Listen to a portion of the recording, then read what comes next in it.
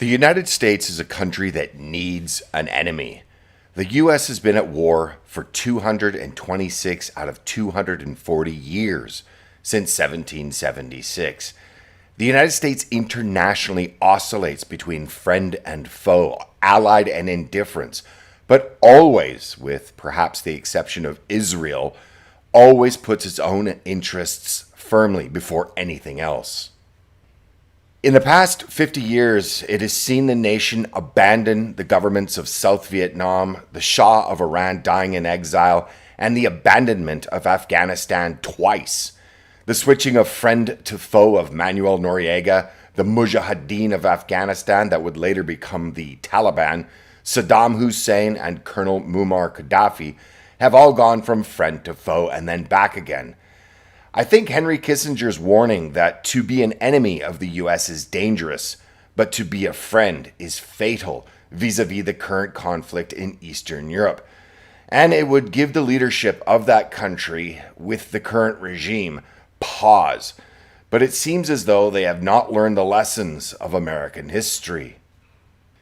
But in particular, and the focus of this video, is the US abandonment of the Republic of China, that being Taiwan, when it switched diplomatic recognition to the People's Republic of China in 1979.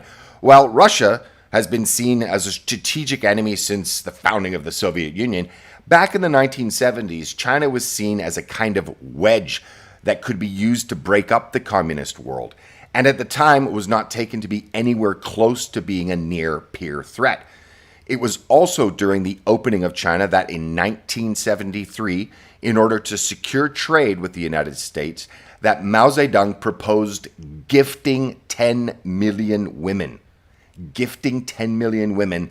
to the United States during talks with top US envoy Henry Kissinger. Seriously.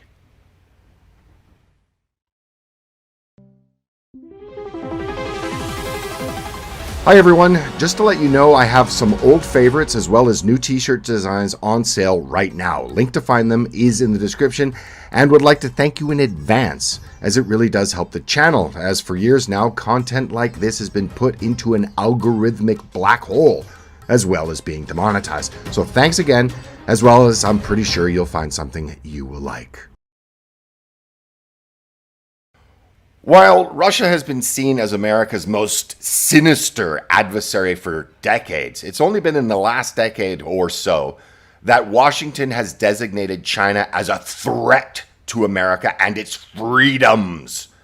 The establishment has done such a good job that a recent poll taken by Pew Research in April found that Americans are increasingly seeing China as an enemy of the US rather than a competitor, reflecting growing public skepticism over the ability for the world's two largest economies to cooperate. And more than a third of Americans view China as an enemy. Moreover, that 83% of respondents had an unfavorable opinion of China, and that's up 1% since 2022. Now, it should be noted that while the United States has invaded, bombed, attacked, sanctioned nations into oblivion, and helped foster coups in countless countries since 1979, the last international engagement by China was a brief conflict that occurred between China and Vietnam. China launched an offensive in response to Vietnam's invasion and occupation of Cambodia in 1978, which ended the rule of the Chinese-backed Khmer Rouge. And while China now boasts one of the largest armed forces in the world, its soldiers, sailors, and airmen have virtually no combat experience whatsoever. Now, it's very important to understand currently the geopolitical situation that is affecting the relationship between China and the United States. And to do so, you have to understand that China historically was a mercantile empire. And in the modern world, this is evidenced by the current push by the Chinese authorities for their Belt and Road Initiative. The purpose of the Silk Road, or the Belt and Road Initiative, is to minimize the distance and time that ships are traveling on oceans by allowing the Chinese to offload in places like Iran, Pakistan, Myanmar, or Cambodia over land instead of passing through the Strait of Malacca and the South China Sea choke points. And in doing so, this will render, by de facto, the US and UK naval-based maritime choke point interdiction strategies that have been well known and well used for decades, if not longer. Even though you've probably never heard of this explanation for the Belt and Road Initiative and the very much anxiety that it's giving US and UK naval-based maritime choke point interdiction strategies, what you have to understand is that these unfolding shifts in great power relations, along with Sino-Russian rapprochement, are perhaps the biggest global geopolitical shifts that will continue. And thus, the endless saber rattling out of Washington against both nations will only grow to a cacophony. Moreover, the two primary trends of technology and population growth are leading to the two secondary trends of mass relocation of manufacturing facilities from the global north to the global south, and the mass migration of people from the global south to the global north. And the conclusion then is twofold. A, the world is moving toward a global wage labor equilibrium, and B, since global population growth is outpacing global economic growth, the global wage labor rate is necessarily declining, and that income disparity in first world countries will continue to increase. That means that income inequality is growing to equal that of the less developed countries in places like the West. To put all of that simply, this is just a short explanation as to why the middle class is being wiped out in first world nations, and income disparity and economic inequality will only get worse going forward. But when one combines the trends of the collective West that has been deindustrializing since the 1980s, which was accelerated during the 2000s, the consequences of this collective political and economic trajectory is that the global political center of gravity is likely to shift considerably from Washington and London to Moscow and Beijing over the next 5 to 10 years if present trends continue. Now then, despite the endless predictions of China's imminent demise, Washington takes this growing Sino-Russian alliance very seriously as it challenges its own global hegemony that it currently enforces throughout the world, both economically and militarily. But it wasn't always like this. From released transcripts of Henry Kissinger's 1973 meeting with then Chairman Mao Zedong, he offered to gift the United States millions of Chinese women. You know, China is a very poor country, Mao is quoted as saying during the exchange. We don't have much. What we have in excess is women. So if you want them, we can give you a few of those to you. Some tens of thousands. The Chinese leader then drew laughter when he returned to the proposition a few minutes later. Do you want our Chinese women? We can give you 10 million, he said, adding, we have too many women. They give birth to children, and our children are too many. Dr. Kissinger noted that Mao was improving his offer, but it was Kissinger's response that was priceless.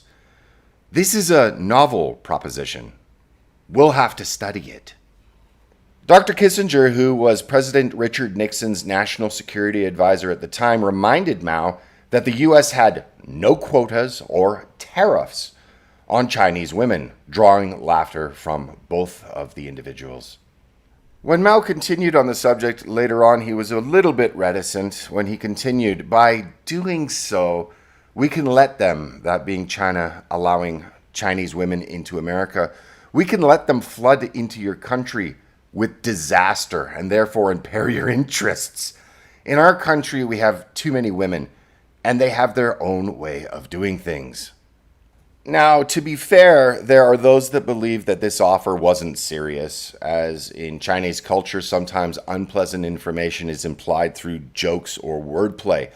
In saying that China had too many women, Mao might have been referring to the infamous Gang of Four, headed by his wife, Jiang Qing. But anyway, China has gone from a poverty-stricken nation with too many children and wanting to gift 10 million of their women to the United States, to one that has a declining birth rate, but is now challenging U.S. hegemony in all spheres. And the U.S., for its part, has squandered much of its position as the world hegemon via weaponizing the U.S. dollar and running roughshod over countries throughout the world for decades.